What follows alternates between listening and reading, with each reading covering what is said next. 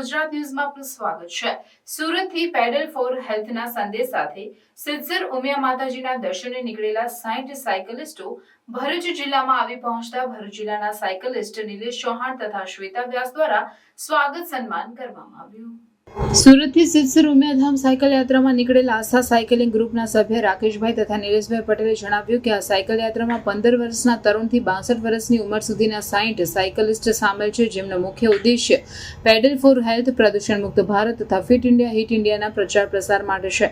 આ ઉપરાંત સુરતથી સિદ્ધસર સાયકલ યાત્રાનો મુખ્ય ઉદ્દેશ તંદુરસ્ત જીવનનો છે, જે સાયકલિંગ દ્વારા જ તંદુરસ્ત રહી શકે એટલા માટે ધર્મની સાથે સાયકલ જોડી ઉમિયા માતાજીના દર્શને નીકળેલા 60 સાયકલિસ્ટોની આ સાયકલ યાત્રા 29 સપ્ટેમ્બર 2024 ના રોજ વહેલી સવારે સુરતથી નીકળી રોજનું આશરે 120 કિલોમીટર જેટલું સાયકલિંગ કરી 3 ઓક્ટોબરના રોજ ટોટલ 571 કિલોમીટર જેટલું સાયકલિંગ કરી નવલી નવરાત્રિના પ્રારંભે સિદ્ધસરમાં ઉમિયા માતાના ધામ પહોંચશે।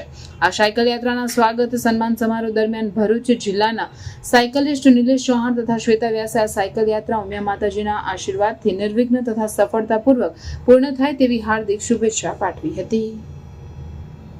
નમસ્તે ભરૂચ, મારું નામ શ્વેતા વ્યાસ છે, મારી સાથે બીજા સાયકલિસ્ટ નિલેશ ચૌહાણ છે। આજે અમે લોકો સુરતથી આવેલા 60 સાયકલિસ્ટનું ભરૂચમાં સ્વાગત કરીએ છીએ। આ બધા સાયકલિસ્ટ સુરતથી સિદ્ધસર માતાજીના મંદિર ટોટલ 570 કિલોમીટર યાત્રા કરવા જઈ રહ્યા છે સાયકલ પર। તો એના વિશે, એમની સાયકલ યાત્રા વિશે રાકેશભાઈ આપણને આગળ જણાવશે। યસ, અમે સુરતથી સિદ્ધસર 571 કિલોમીટર 60 યાત્રીઓ જઈ રહ્યા છીએ, 12 સેવકો અને અમારી ભોજનની ટીમ।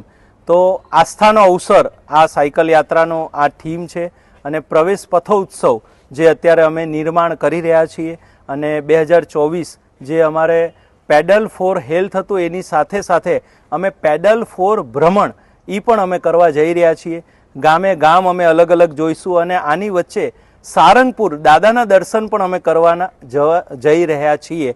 તો બસ ખૂબ આસ્થા છે અમને સર્વ સાયકલિસ્ટોને અને અમે ભરૂચ આવ્યા છીએ અને આ ભરૂચથી જે અમારી હંમેશા શરૂઆત થાય છે તો માતાજી વિના વિઘ્ને અમને પહોંચાડે છે।